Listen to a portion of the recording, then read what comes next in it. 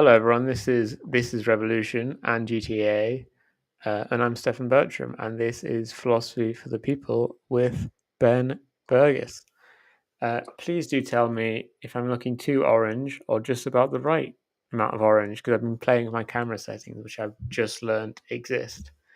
Ben, at the end of the essay this week, which is consistent time travel in movies. Oh, I played the wrong intro, lol. Yeah. Damn. Oh well. At the end of this week's essay, you said something about a taste for the desert landscape. Yeah. About ridding your picture of the world of unnecessary clutter. Mm-hmm.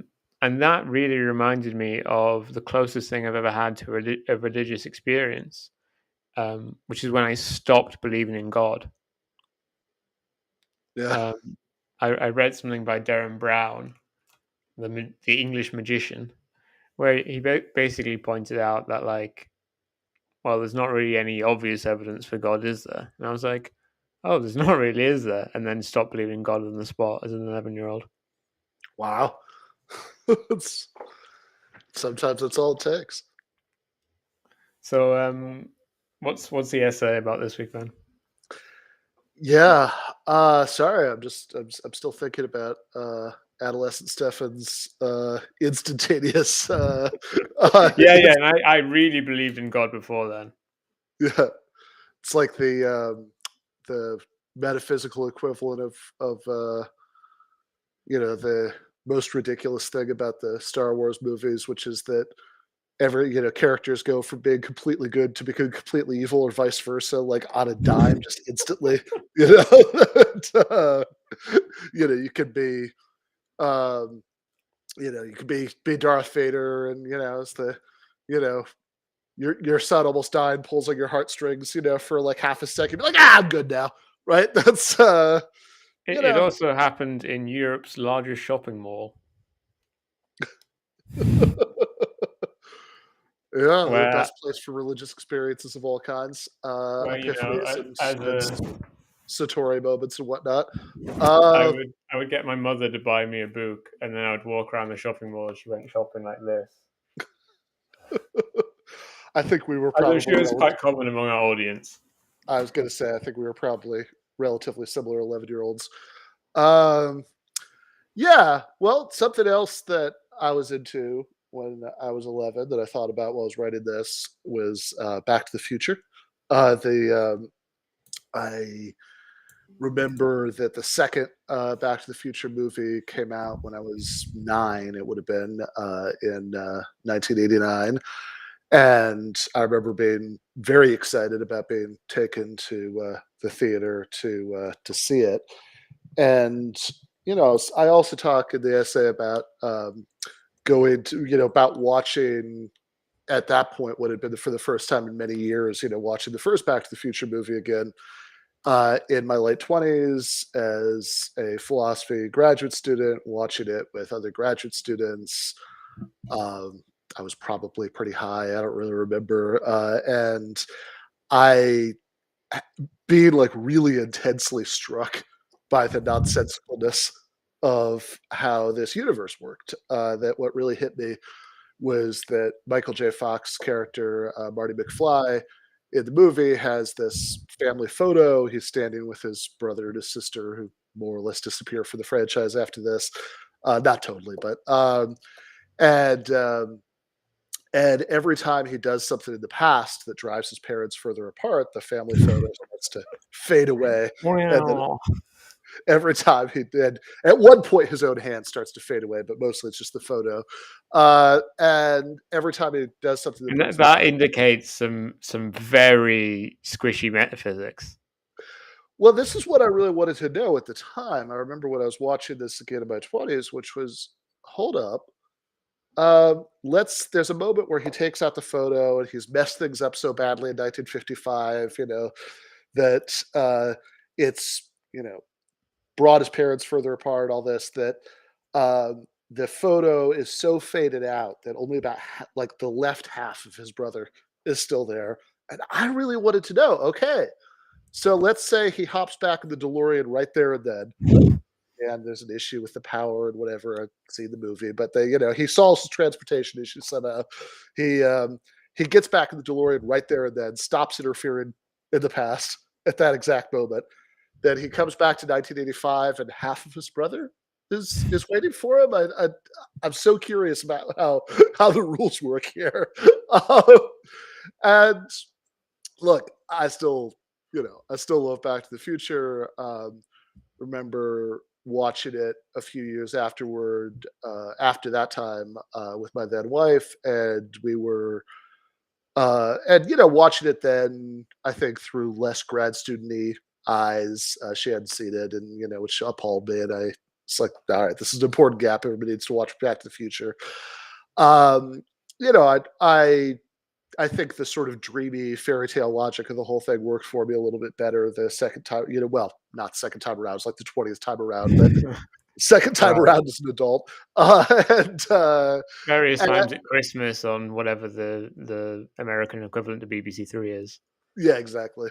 Uh, and um, and so it did really, it did really bother me, but this did kind of set up for me thinking about what I was actually writing about for the essay, which is why I've kind of really come to appreciate those time travel movies that actually make sense. So that in this very basic way that most time travel movies don't make sense, and this is something that I, And to be clear, you're only really making a problem with like one specific metaphysical thing of kind of like timelines.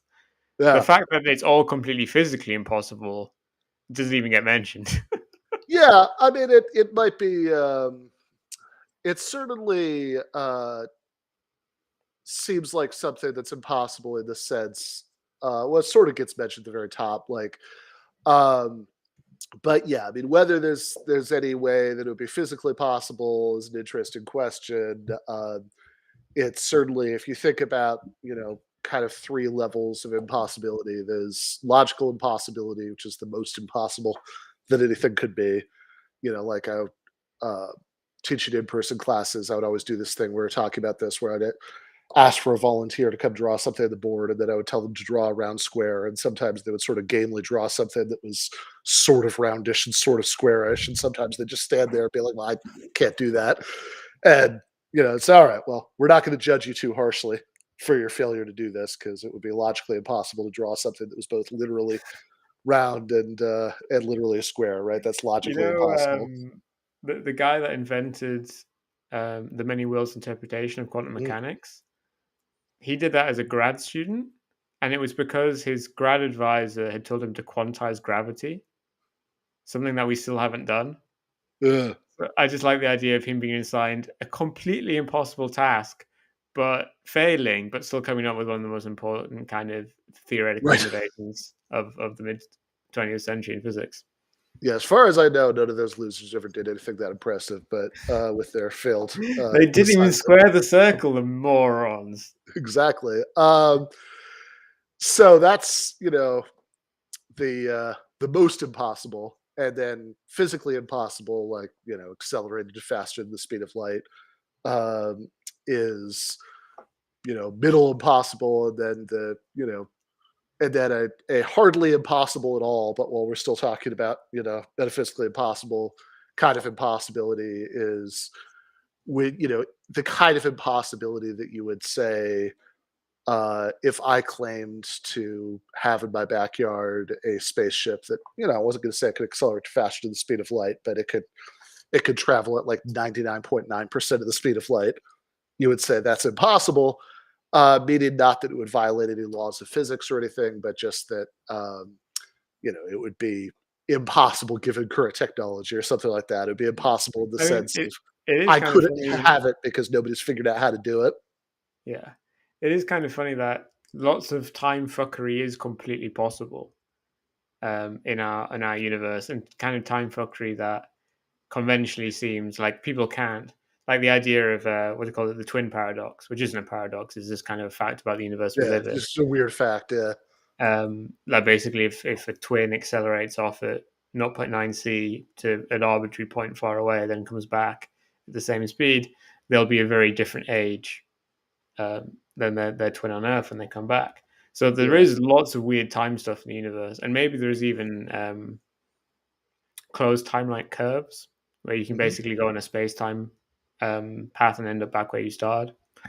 But yeah, time travel, as in movies, probably physically impossible, but Yeah, also probably. I mean, as certainly, you know, and although, the twin paradox, got to remember there's the groundbreaking work done by Dr. Dana Scully in her thesis, the twin paradox, a new interpretation, is the brought up in the first episode of the X Files. That Mulder's been researching her backstory, and she wrote this. But yeah, that's it's quite possibly physically impossible. Somebody in the chat says Sabine Hossenfelder thinks it's possible. I don't know. I don't have a view on that. I think that it's. she I doesn't would be even believe very in free will, so well, there you go. I would be very unsurprised if it was physically impossible. One thing I feel fairly confident about is that it will be is that it will forever be technologically impossible. In other words, even if it is physically impossible, it doesn't seem like anybody's ever going to figure out how to do it. well, For and, which, and it seems like they already haven't, right? Because yeah, unless exactly. we live in a Because particularly boring time, if they had um, figured out how to do it, where are the time travelers? yeah, That's so, and certainly it won't be the case that there's like a long time in the future when lots of people have this technology, because we would have run into some of them. So yeah, so I think it's definitely at least a little bit impossible. It's definitely at least impossible in that sense that, like, probably whether or not it violates any laws of physics, probably at least nobody's gonna be able to figure out how to do it at any point in the future. And so there is a sort of awkward question of self-justification raised at the beginning of the essay, which is like, all right, man, this is the second thing I've devoted to time travel in here. There was a yeah. essay. Ben gave another mea culpa in this essay, being like, "You might not think this is interesting, but I'm writing it." um, yeah. So the first one was about time travel paradoxes, which we could get into. I also don't think those are very paradoxical. I think they're just kind of the same thing. I think it's just weird. But and then I was gonna read that one also today, but I opened it and it's now locked or whatever. And I was like, I could just message Ben and get him to ask me to send it to me. So I was like, I'll actually just go and play video games. yeah, fair enough. Yeah, I think the executive summary you get of that one and this one is probably fine for our purposes today. But yeah, it's the so one of the things, and I also, this one today is much more accessible than that one is, because that one's really like a deep dive into the academic literature and time travel paradoxes, and this is the why I sort of felt the need for the mea culpa, because I could sort of imagine the reaction some people would have to the phrase academic literature on time travel paradoxes, and I get where they're coming from, but but this one is much more accessible because it's about a sort of more basic issue, and it's all tied into thinking about time travel movies. But one of the reasons this is interesting to me is certainly autobiographically. I know that this is one of the first issues that kind of got me to Hmm. think philosophically about that issue. In other words, sort of like reasoning in this abstract way about what's possible and what's not possible and all of that.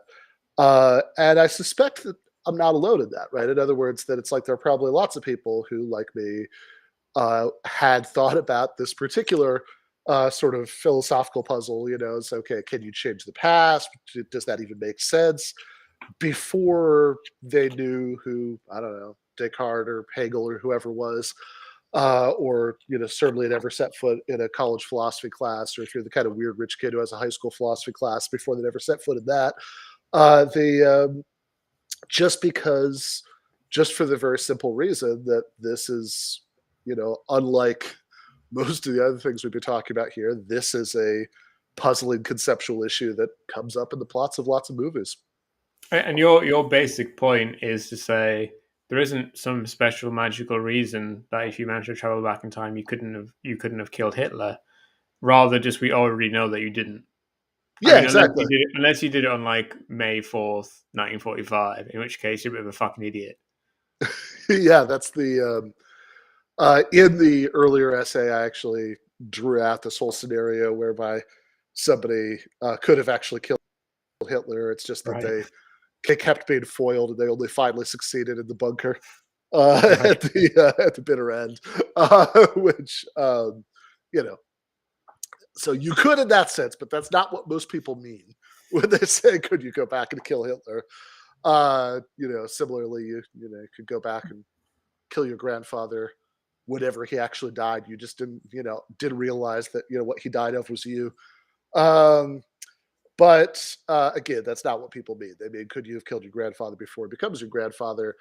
And I think the only sense in which you couldn't have is the extremely uninterested sense of could, in which somebody would be like, oh, is it possible? I can't find Stefan. Is it possible Stefan's in the library right now? And so he says, no, I checked every single floor, right, and they're not there. So no.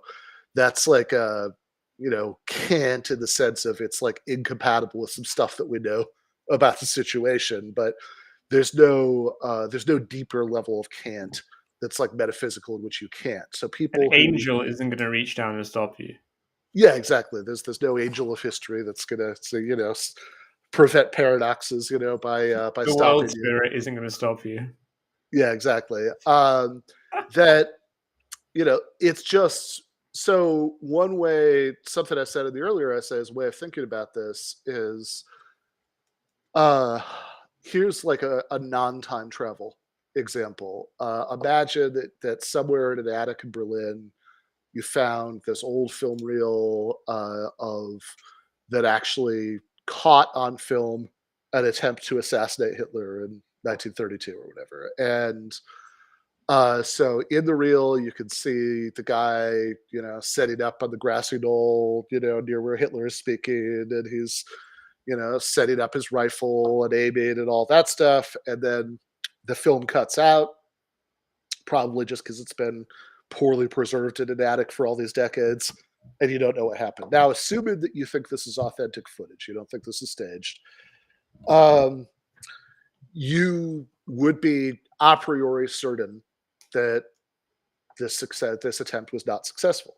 That either the assassin had a change of heart at the last moment, or they were tackled by guards at the last moment, or there was the something malfunctioned and the gun or whatever. You don't know exactly what, but something must have stopped them, because that Hitler didn't die in 1932. And in exactly the same way, if I don't know, your friend who just got a DeLorean with a flux capacitor announced their intention to you to kill Hitler in 1932, um, and you thought about it in the way they had it, you'd be able to say, I know that you're not going to do that successfully. And it's not that it's not because there's some weird metaphysical fact that's going to stop you. It's that like, time doesn't want to be changed, or, any kind of nonsense like that. It's just that we know that if your friend goes ahead with his attempt, we know that it's not successful, because we know Hitler didn't die in 1932. So, if this attempt happened, something must have happened to stop it from succeeding.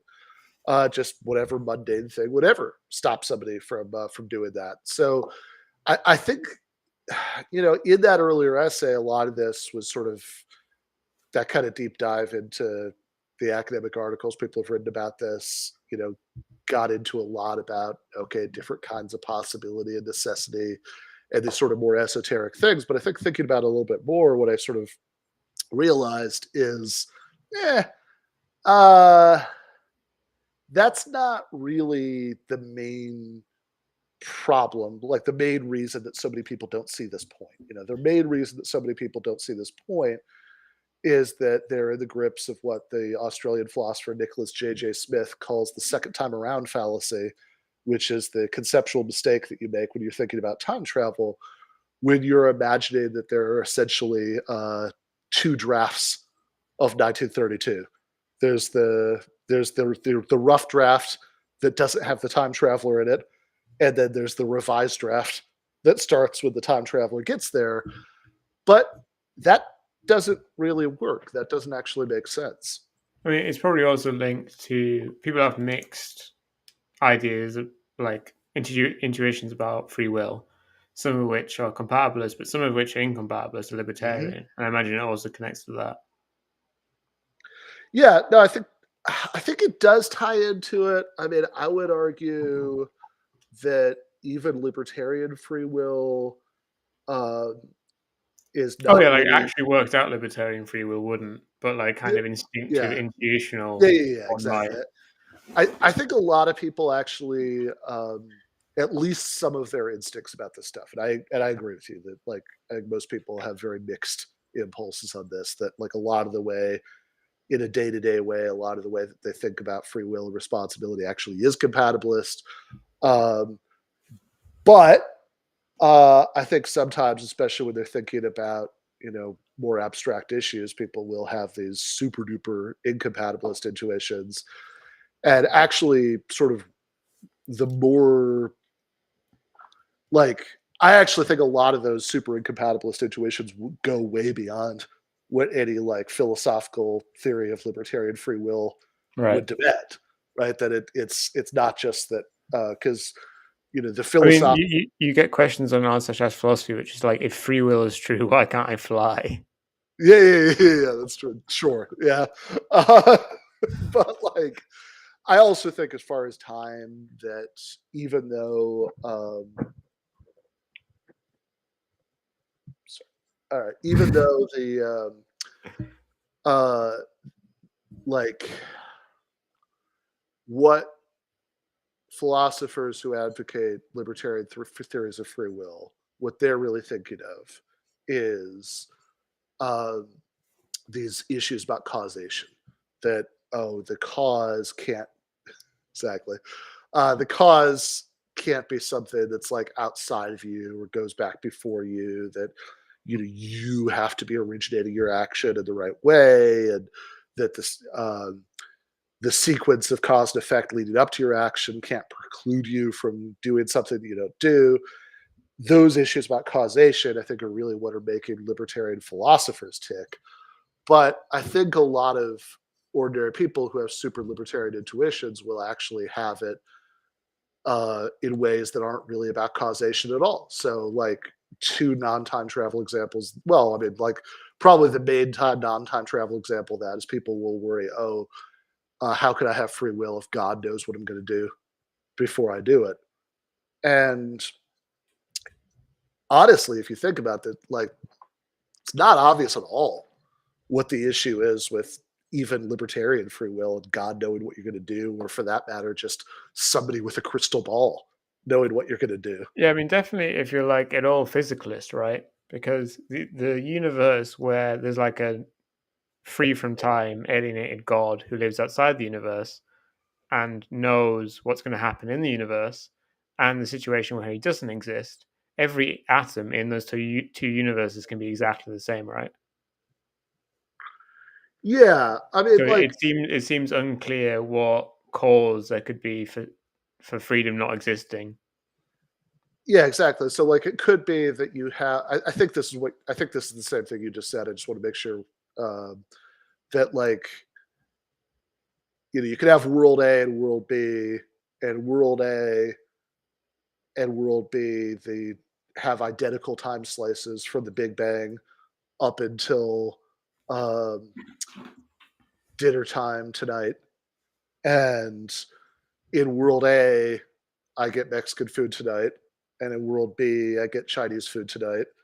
Um, and again, we're imagining these as four-dimensional holes. Everything exists, past, present, future. It's but like if you say that those are both physically possible worlds, then we're already assuming indeterminism, and that's I mean, and we can assume that whatever it is that makes the difference between world A and world B is something that's really, really under my control in whatever, frankly, slightly poorly defined way. that you demand for some libertarian theory of free will, fine, assume all of that. It could still be the case that an all-knowing being would know whether we were living in A or B. That isn't exactly the point I was making. The point to try to have a second go is to say that imagine the universe, imagine our universe as it is. Maybe, but it's a bit kind of issues about, logical kind of problems of evil. But we can imagine that in this universe, there's, say, universe A, which is our universe, and then there's universe B, which is Yep. identical to our universe down to the atomic Mm-hmm. level, so on and so on. The universes are exact, but outside of one universe, in some kind of relationship to it, is like an outside of time God. Okay. And Yep. in that case, he knows everything that happens and is going to happen in universe B. But Right. everything in universe B otherwise is identical to universe A. It doesn't seem clear to me why we would only be free in one of those universes. Like, I just don't see why it would make a Yeah, I difference. think that's a If everything is identical in both worlds. slightly different way of making the same point. That like it has. I mean, I mean, the sort of just to kind of bring it down to earth. I mean, I think the really simple way of making this point is just that. Well, I mean, just because you know that something happened, past tense, that doesn't mean that certainly doesn't mean you caused it to happen. And it, Right? Does a certain knowledge of my past actions mean they were unfree? yeah, exactly. Like you know, like it's true that you did such and such yesterday, and I know that you did such and such yesterday, but none of that means I caused you to do such and such yesterday, and none of it means that you couldn't have done something else instead yesterday, right? I mean, we all understand that just fine in the past tense. And so it's like very unclear why the future tense should be any different. You know, that if you have that God or just somebody with a crystal ball knows what you're going to do tomorrow, why that means that what you do tomorrow wasn't, really, really up to you in whatever way the libertarian demands causally. Those seem totally compatible to me. But I think a lot of people have the intuition that there's some sort of problem with free will about that. And I so, mean, I think also while there's like mixed ideas about intuitions around compatibilism, incompatibilism, I think what definitely everyone instinctively is, and I think if you're not this, something very strange has happened. Like you would like philosophy podcast will put in your ear from birth or something. Is that everyone is a presentist right. intuitionally. Yeah, that Julius Caesar doesn't exist anymore. Your future great great grandchildren don't exist yet. I think, yeah, probably everybody does like start out thinking that. Like it's a very, yeah, it'd be really weird if you just kind of intuited from the beginning that we live in a four-dimensional space-time block. Um, Yeah, like the past is something which did exist but doesn't anymore, and the uh, future is something which will exist, and then the present is the stuff which exists. yeah, I think if you go out to the street and just ask 100 people at random whether they would sign on to those statements, like probably a good 97 of them will. Um, And and that is like a single present which exists everywhere, yeah, yeah, which exactly. which we Ways also that's definitely know is not true now. incompatible with the special theory of relativity, right? Yeah. Yeah, exactly. Yeah, no, I think that's right. And I think that because people assume that that's true, um, they oftentimes, when they're sort of confronted with the idea that it's not true, that they sort of tie that to the free will issue in ways that maybe don't quite stand up to scrutiny, but you can kind of see how they get there. And I think something parallel is true when people start thinking about time travel, because that's like a context where the weird shape of it sort of automatically comes with what it's easy to not realize about the world that we live in, which is that there are facts about what you will do that are sort of there waiting for you in a sense. But I mean, the crucial point is that they're waiting for you because that's what you decided to do. It's not that they're when people think about fate or whatever, what they're thinking of is like, oh, no matter what I do, X will happen. But of course, that's not what we're talking about here. I mean, I kind of loosely use the word fatalism a couple times in talking about time travel here, but if we're going to be more precise, I mean, that's not at all fate in that sense, right? It's that X will happen because X is what you will decide to do. Yeah. If you decide to do Um, something else, then not X would happen. exactly. Determinism is the idea that the future is fixed because of what we do, not in spite of what we do. Yeah, right. Um, it's interesting. You'd have a list of movies in the article which are good at this. It's not Mhm. very long. It's not. It's not very long at all.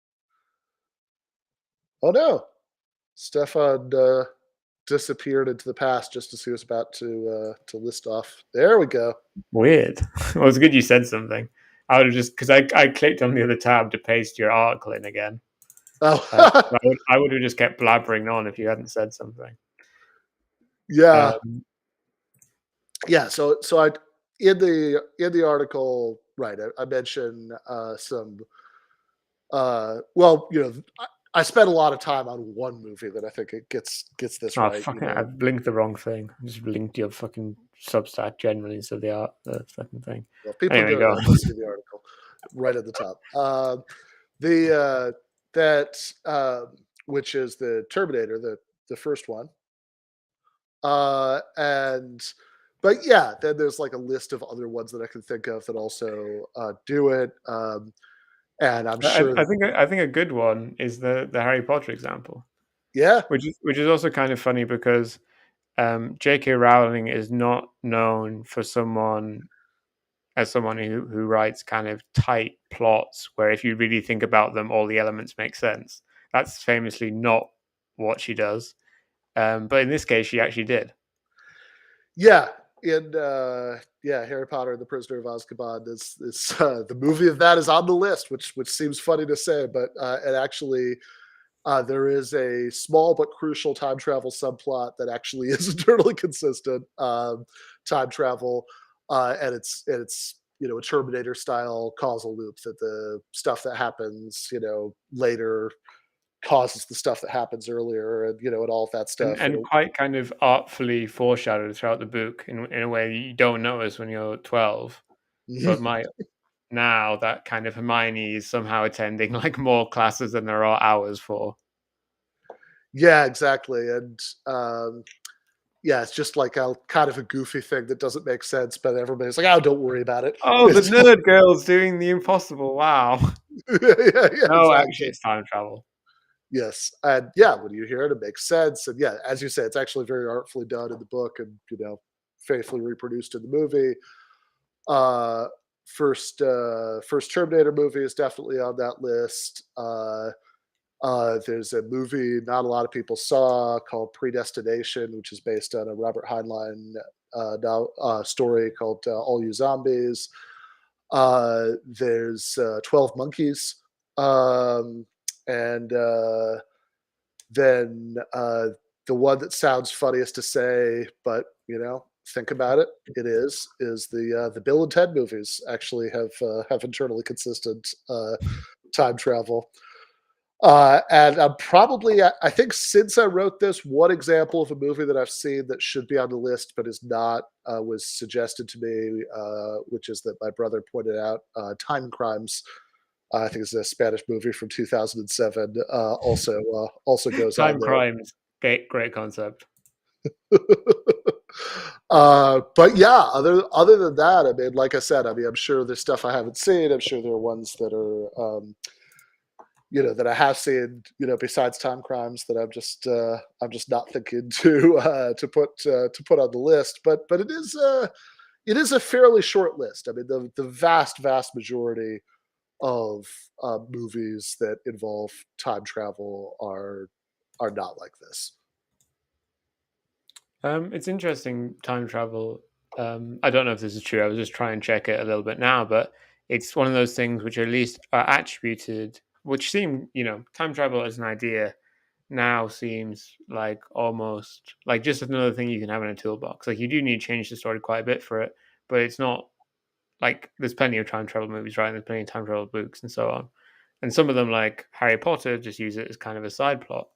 But it is something which, as far as I'm aware, only came about in the late 19th century. And before that was not really a theme in fiction, even though there doesn't seem some kind of straightforward reason why it couldn't be.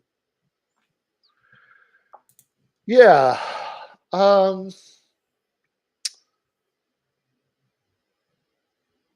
That's right. Yeah.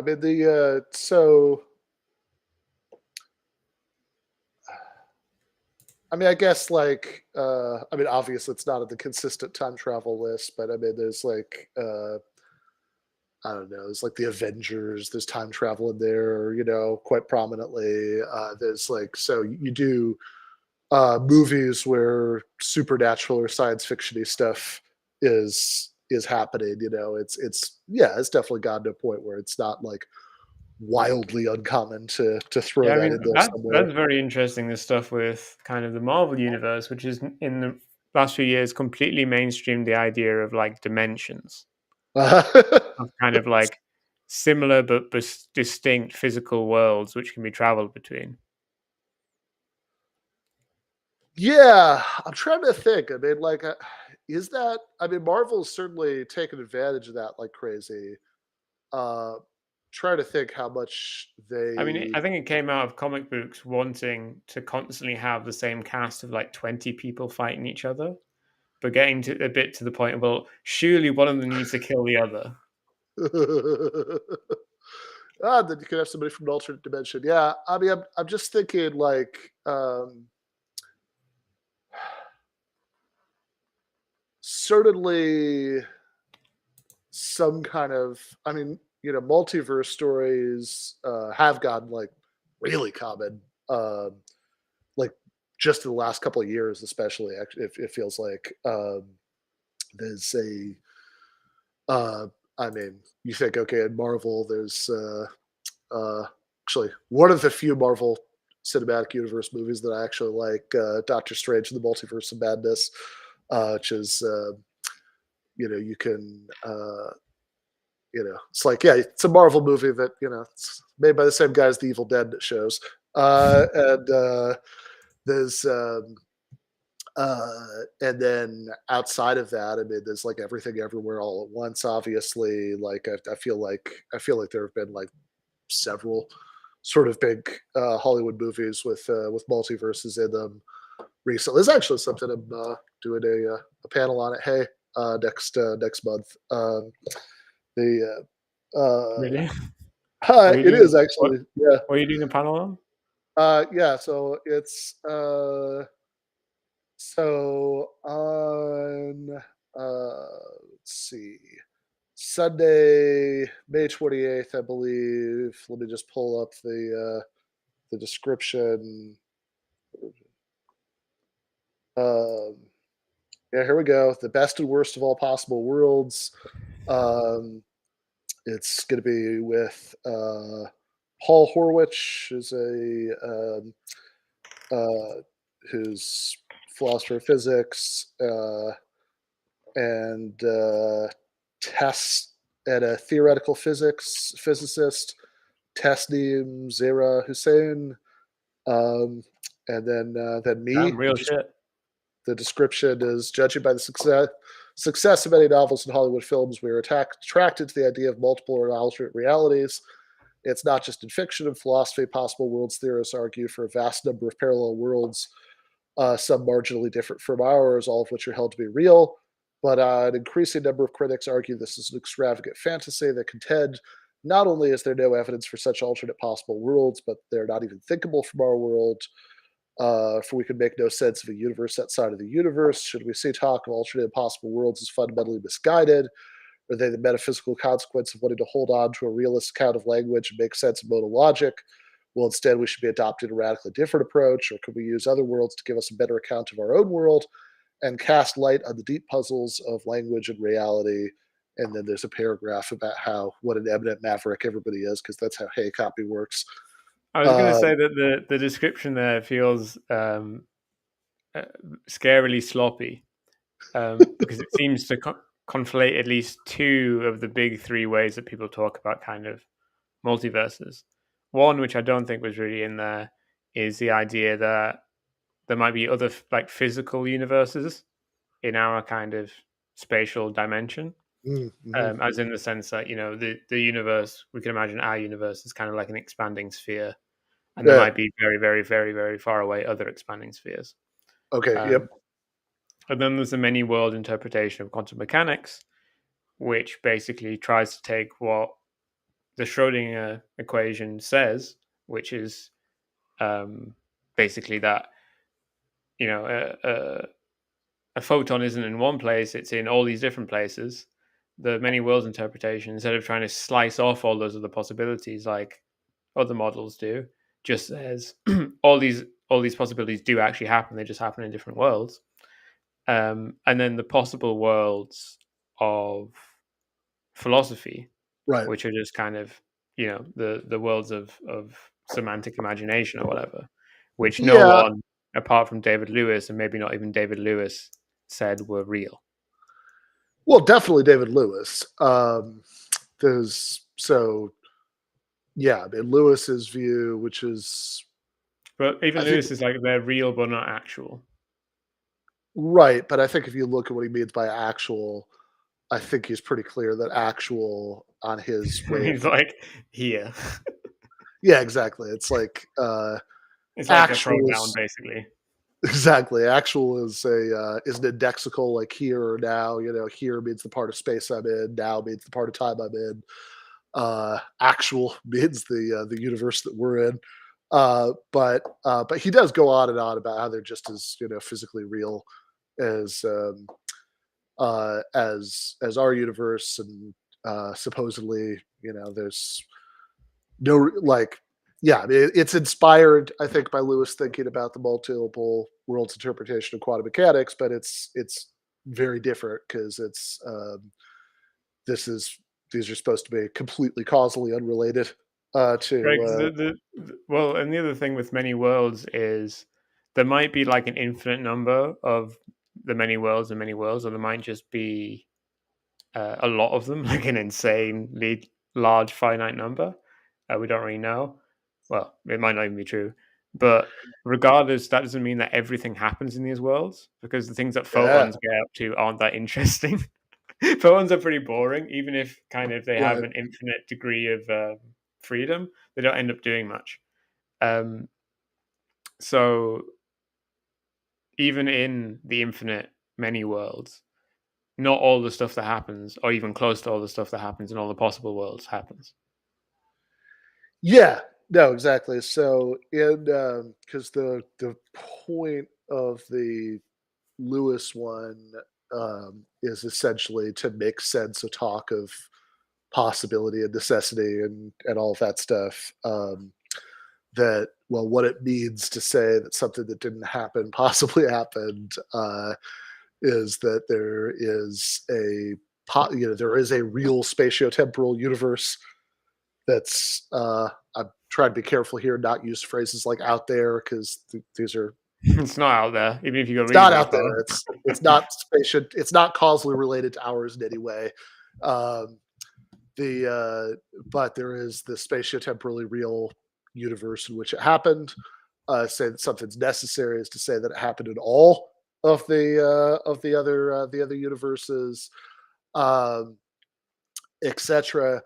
And so this is only going to do the job that and this has various advantages. I mean, I don't I want to be careful about attributing this to Lewis, but just as a sort of because I don't know, I don't really remember off the top of my head exactly what Lewis said about truth, but I mean certainly one way to sort of see the motivation for this kind of view is that if you think that truth is correspondence to reality, um, that things are true because you've accurately described the way that reality is and not otherwise.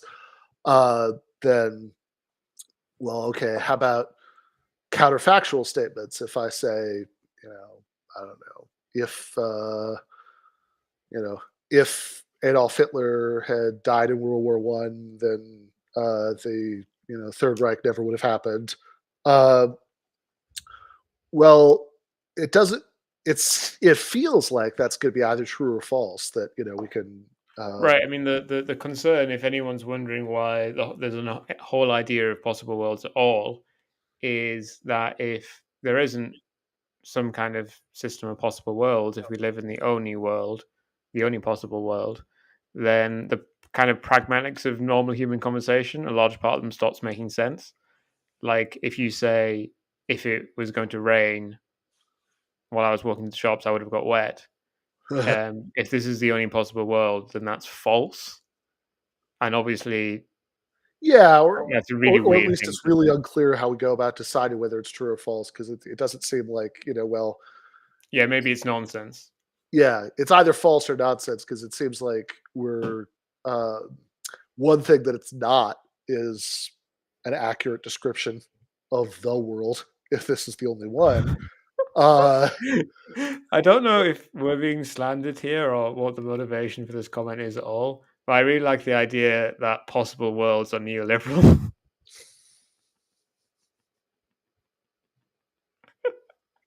yeah, I like that there's the hashtag Nico House at the end of that.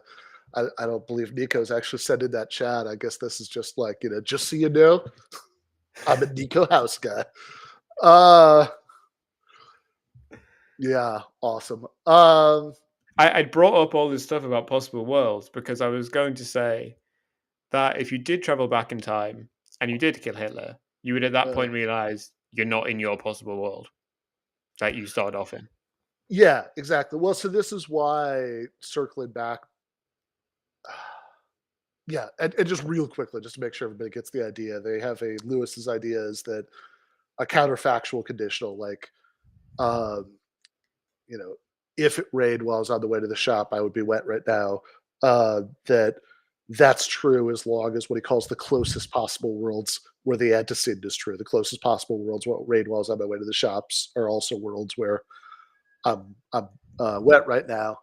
Um, Closest meaning like most similar to ours or something like that. Although there's some headaches figuring out exactly how that works. But yeah, circling back to time travel, um, in the idea that you could go back to the past and do something that would then change the present is like this is kind of the key point, thinking about why most time travel movies don't make sense. There are an honorable few that do. I would like more of them. Uh, is that idea is deeply incoherent, and it's actually incoherent whether you think there's only one timeline or whether you think there are lots of them. Because if you're you're There's traveling, no possible world in which Back to the Future makes sense. yeah, exactly. The uh, So if you're traveling back to the actual past of our universe, then whatever you do there already happened by definition before you left on your trip to the past, and thus already had whatever impact it was going to have on the sequence of events leading up to the present and hence to what you did. So it's not there's so yeah, whatever effect your actions in the past are going to have on the present, they already had. So the idea that you could do something in the past that's going to lead to something different just doesn't make sense on the face of it. But even if you assume there are lots of timelines and you could travel not only through time but also interdimensionally, uh, and idea it's been around for a while. Got to point out, Marvel may have helped popularize it in the last couple decades, but I mean, you know, I don't know, the Mirror episode of Star Trek was in 1967, so it's been bubbling around. But if you could travel not only back in time but to alternate dimensions, okay, you could totally travel back to a world where a cross-dimensional time traveler killed Hitler in 1932, and you are Yeah. that cross-dimensional time traveler, and that's a lucky break for the inhabitants of that universe. But it's any distant cousins that I may have had who were had a bad time in the 30s and 40s. It certainly wouldn't have helped them because it would have helped their counterparts in that universe, Yeah. but it wouldn't have. it wouldn't have helped them because that's that would all be taking place in that universe. There's the sort of deeply confused thing about the second time around conception of time travel is the idea that your the events that led up to the present didn't involve your trip back to time, but also what you're visited is not the past of an alternate universe, but the past of this universe. That those two really don't fit together. Yeah.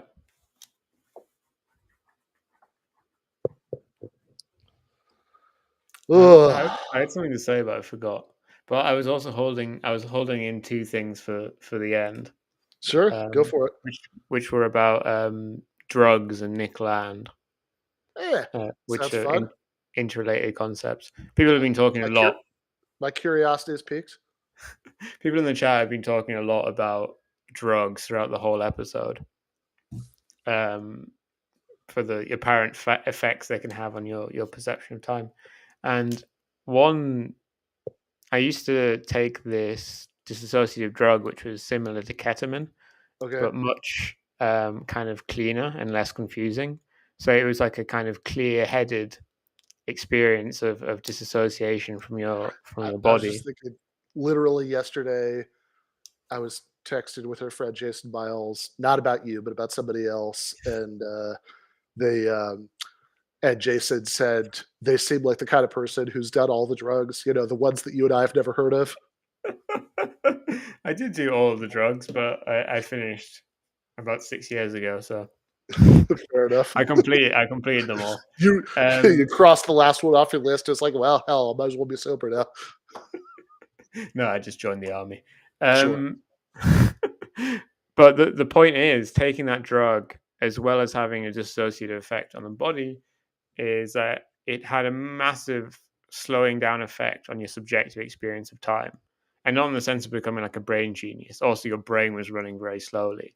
But it had this amazing effect where like you'd watch like the second hands on a clock tick and it'd be like, boom, boom. And it was just an amazing thing to watch. And I bring it up because subsequent to that, for at least a while, I don't know if it became permanent in the sense of either the effect became permanent and I stopped noticing or I went away, but it significantly slowed down my perception of time for months afterwards, Oh wow. Yeah. which was cool. I enjoyed it. I Sheesh. was for it. Um, where does one acquire ketoclean? Well, this was during the great renaissance of British research chemicals, where UK law used to be, and I think this is how the law is throughout the world normally, is basically all substances are legal unless they're illegal, Okay. Yep. Sure. which basically means people can just make new drugs, and until the government gets around to banning them, you can take them and possess them and so on, and sell them even. But the UK changed the law so that everything is preemptively banned and Okay. things have to be legalized. Got it. Um, so now this whole thing was destroyed by that. I can't even remember what it was called. I could probably find it if I tried really hard, and maybe Americans will still be able to buy it. And the other thing was about Nick Land. I remember Salvia when that first came out, and I don't know if they ever got around to making that illegal or whatever, but it first came out and it was the same kind of thing that that it was legal because nobody had bothered to criminalize it. Um, which and Yeah, because it was like it was like hallucinogenic paint thinner. yeah, I mean the nice thing about it, I mean the thing you said about altering your perception of time was it months sounds nightmarish to me. I think the the awful thing about hallucinogens is normally that it's like they you know uh not not that this is a regular or recent experience, but that you want them to be over long before they are. But That's kind of the only drug I miss is nitrous oxide, which is a really amazing thing. Of you take one, a balloon or whatever, um, and you wink out of the universe, and then literally 30 seconds later you're sober. Yeah, so I mean, the salvia thing wasn't quite that, but it was like it was a little bit like taking one of the big kid hallucinogens, but just for like half an hour, then it's done. Right, because with And LSD, you can be having fun, but then like 4 hours in, you're like, well, I'm tired now, but I yeah, can't be tired. yeah, well, right. You feel both tired and completely incapable of going to sleep, which is the worst feeling in the world. I remember Philip K. Dick says somewhere that LSD you can experience not an eternity but 2 or 3 consecutive eternities. But I do remember that um, when I was first looking it up, one of the things that whatever website I was looking at listed as possible effects of salvia was apparent time travel, and I have to say, I never experienced that, but the few times that I used salvia, me and my friend I'd do it with, that was always how we'd like introduce, like, "Hey, you want time travel tonight?" Has someone made a movie about I don't know. that? There's a good so there's a TV show called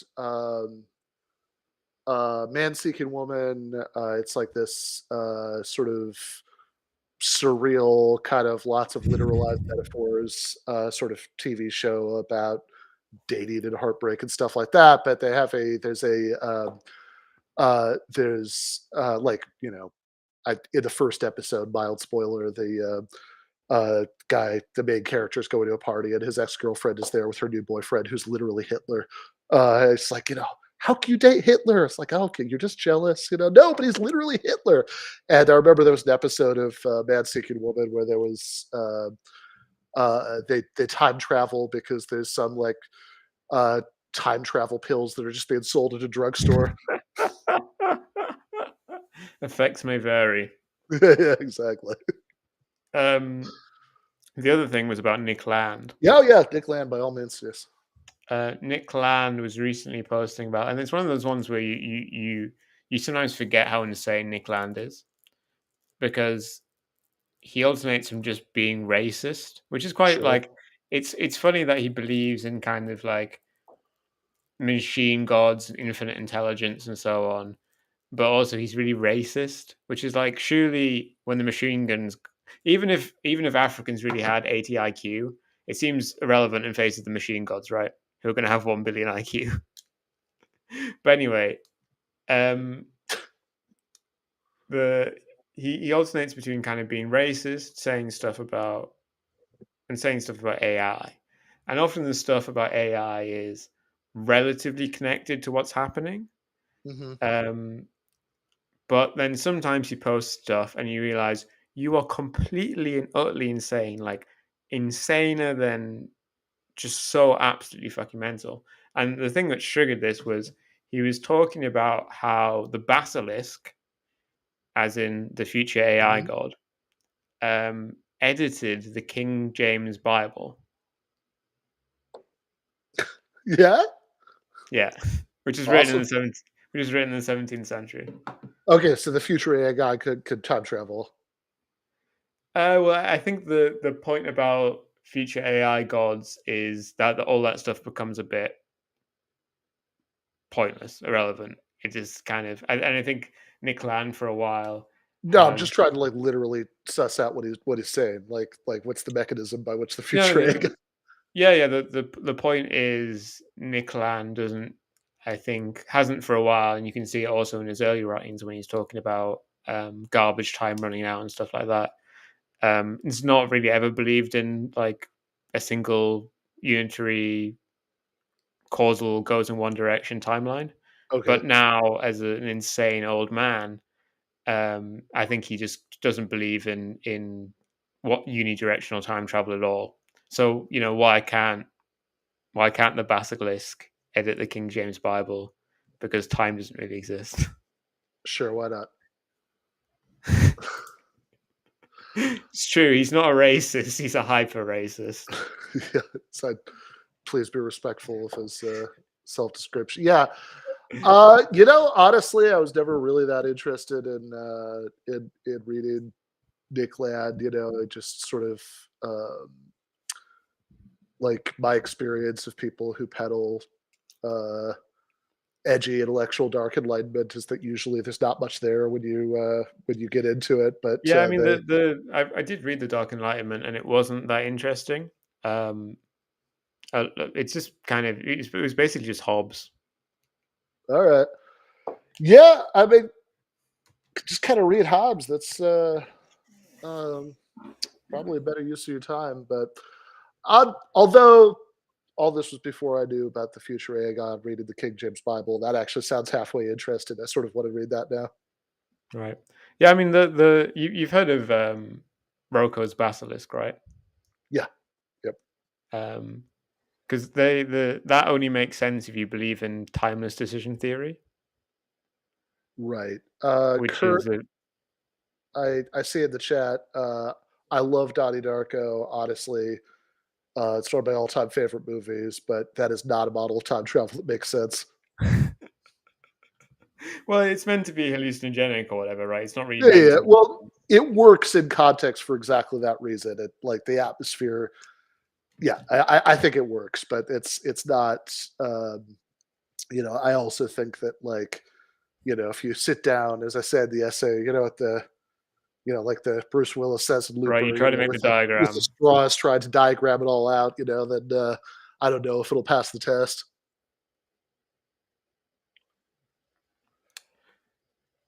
But yeah, Anyway, yeah, the Udowski people believe in timeless decision theory, which is like doesn't really make sense and is wrong and useless, but doesn't mean what like Nick Land means, which is basically time doesn't exist.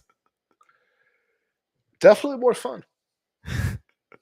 What do you remember? If you watched that creepy YouTube thing where they talk about time not existing? No. Okay, well, I won't try and go on about it. We can probably Yeah, just yeah. knock it Just off. just send me Wait, a wait, link. wait. What's next week? All right. So next week, unless we pre-record, we'll have to figure this out. You and I might not be talking, but do have an essay planned for next week. I was so to give this a little bit of context. I recently read Megan Phelps Roper's book Unfollow, which because I was watching the most recent ContraPoints video, um, and Phelps Roper comes up quite a bit in the video, and she comes up in the context of Natalie disagreeing with some of her current positions, but in the context of setting it up, she described this book and said it was a pretty good book, and I was intrigued by her description, and I read it, and it's about Phelps Roper growing up in and eventually questioning and leaving the worst church in the world, Oh, probably that woman. yeah, probably the worst church that you could like honestly just about the most loathsome church you could come up with short of like human sacrifice in the church basement or something. The Produced Westboro some Baptist. great photography though. and and it's a really interesting book. I mean, honestly, it's kind of a fascinating like look at just growing up in that and it all seeming normal to you, and just sort of very gradually starting to question it. But one thing I started to think about more as I read it is the disconnect between these people's view of the world and more normal theists who agree with a lot of their premises, Mm. um, but come to this wildly different conclusion. And it occurred to me that, look, I would prefer people to not be monsters, even if that makes them a little bit less conceptually coherent. So I'm just as happy that it's such a minority position. But it did occur to me while I was writing it that there is something that's actually a bit more internally consistent about Right. I mean, when we point out, the Christians, they don't follow all the rules in Leviticus. We don't want them to start, please don't start. which is kind of the whole kind of useless thing of pointing out hypocrisy. Yeah, because at best you're only halfway there, right? You have to like if you point out that two things that somebody believes are inconsistent with each other, Not just, I mean, hypocrisy would be they're acting in a way that's inconsistent with the belief, but same principle. Right, I think like maybe the Nazis were the most kind of honest and conceptually consistent anti-Semitic organization ever because they actually did it. yeah, exactly. It doesn't mean that I would prefer, I'll take a little bit of inconsistency and no genocide if those are my options. But but it is interesting to think about the respect in which these people are a little bit more consistent when they think about sort of when they think about all the horrible things that happen in a world that, according to them, and also according to so many of their detractors, is governed by an all-powerful being who gets to decide at every moment what happens. That in some way their approach to this is actually more internally consistent. So the title of the essay next week is going to be "The Westboro Baptist Solution to the Problem of Evil." Cool. Yeah, I'm interested in reading that because I've got no idea what it is. Yeah, well, I mean, from their public stuff, it seems that their point is that the world is very evil. Though I guess maybe the point is it's caused by FAGs well, the world, and US sure, soldiers. yeah. Well, the world is very. I mean, the people that populate the world are very evil, but the outcomes are very good. Right. Is everybody else has this problem of how to reconcile the fact that it's an awful thing when this stuff happens, with the belief that the world is, universe is governed by a being that could stop it from happening. They don't have that problem. So I think we'll leave that there for today, and possibly if we could pre-record or reschedule or something, possibly chat about that. But otherwise, if not, we'll see you in 2 weeks. I didn't play the intro in the intro, so I'm going to play it now. Play it as the outro.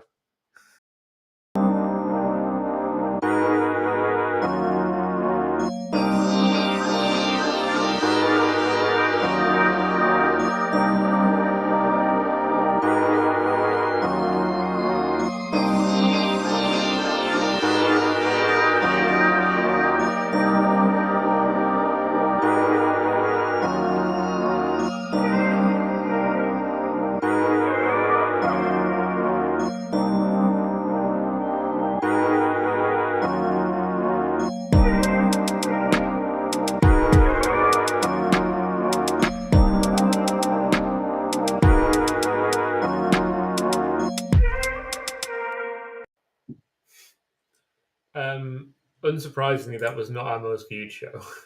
Sure. The surprising thing was, We've definitely stopped recording, right? Because it still says live. yeah, it was definitely stopped. Okay. The surprising thing was I thought it would be mostly GTAA people, but actually it was slightly in favor of GTAA. But we were on for a sec. Oh no, we are on. Of course Yeah, we're on. I really thought Sorry. so. It still very persistently said live, so